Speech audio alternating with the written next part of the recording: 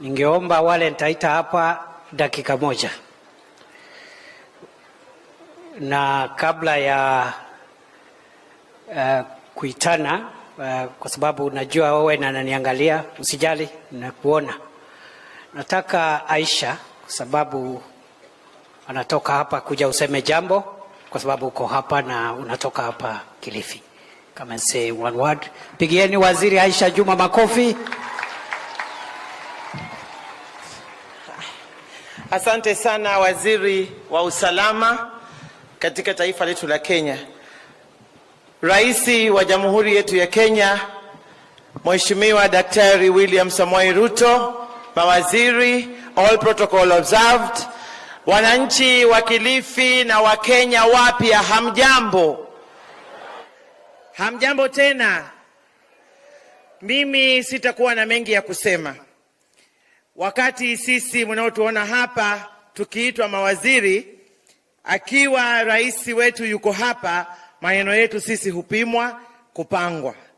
Kwa hivyo nataka tu nikushukuru rais, tangu ulipoanza ziara yako ya hapa pwani, tumekuwa mashahidi ya kwamba yale ambayo umeahidi hapa pwani na Kenya tayari umeanza kuyatekeleza, na sisi tunaokuwa pamoja nawe tunazidi kukuunga mkono.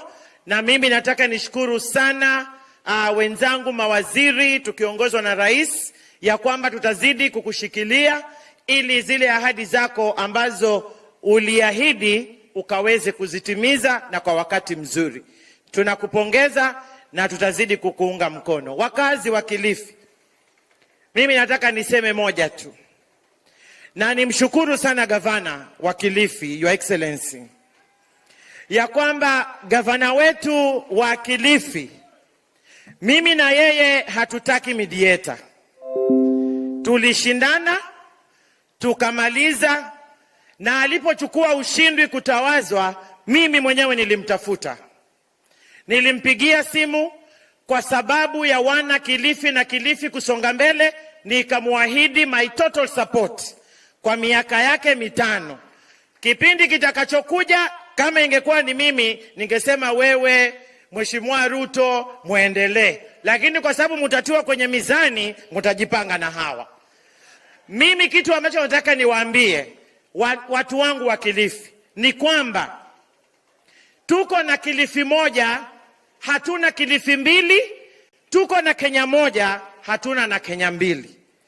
Yale yote ambayo yanafanyika, na Mheshimiwa Gavana, nimesema na kupongeza leo hadharani kwamba ulikataa maandamano kufanyika Kilifi, na sisi tutasimama na wewe, kwa sababu Kilifi ikiharibika hakuna mwingine atakayebeba huo mzigo isipokuwa wewe gavana. Kwa hivyo ichunge Kilifi, ilinde Kilifi, na sisi wote tutakuwa nyuma yako kuhakikisha umedeliver kwa watu wa Kilifi. Na ushirikiano wako wewe na rais, sisi unatupa nguvu sana kama wana Kilifi. Kwa wachungaji wa taifa letu la Kenya, nataka niwahimize na hichi kifungu katika kitabu cha James 4:17, nataka mukisome kwa bidii na mukizingatie sana. Wachungaji wa taifa letu la Kenya, musimame na ukweli. Hii Kenya inaongozwa na sheria, na kama sheria ilifuatwa ya uchaguzi hadi mwisho, wachungaji muache kutoka kupeana statement ya kusema Rais William Ruto aende afanye dialogue na Raila Odinga. Mushikane nyinyi, muende mukaonane na kiongozi wa upinzani na muambie ukweli. Ukishindwa, haijalishi umeshindwa na kura 1,000,000 ama kura moja, wewe umeshindwa. Fanya kazi yako, muache rais afanye kazi yake. Kwa hivyo hii maneno ya kushikana ati tunawaomba, tunawaamini kwamba sauti zenu ni kuu, lakini simameni na ukweli. Mumwambie huyu bwana, kwa rais wetu wa Kenya, rais wetu tunayekupenda, mimi nilikufuata nikikuamini, na mpaka kesho nitakuamini kwamba una uwezo wa kutumalizia matatizo katika taifa letu la Kenya. Na kwa sababu huyu kiongozi wa upinzani pia amekuwa tatizo, Mheshimiwa Rais, tumalizie. kwa sababu usipotumalizia tatizo hili, hata yeye kama hata kuweko atakayemrithisha, tutakutana na majanga haya. Kwa hivyo rais, kaa ngangari, kaa chonjo, tunajua una uwezo na unaweza. Akitaka mazungumzo, wewe na yeye munaweza pigiana masimu, lakini kwetu sisi tunasema tulikupa nafasi kama Wakenya uongoze hii nchi, na mambo ya kugawanyiana na mambo sijui ya nusu mkate, hilo sisi tumekataa. Lazima uhakikishe ya kwamba hii Kenya utaiongoza wewe, na manifesto yako hakuna ambaye atakujazia katika manifesto yako. Sisi tunasema hatuwezi, and your excellency, do not reward political bad manners.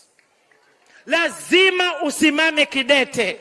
Sisi hata wakituambia tushike mahali hivi ili tumpeleke akapumzike Bondo vizuri, tuko tayari. Asanteni sana na Mungu awabariki.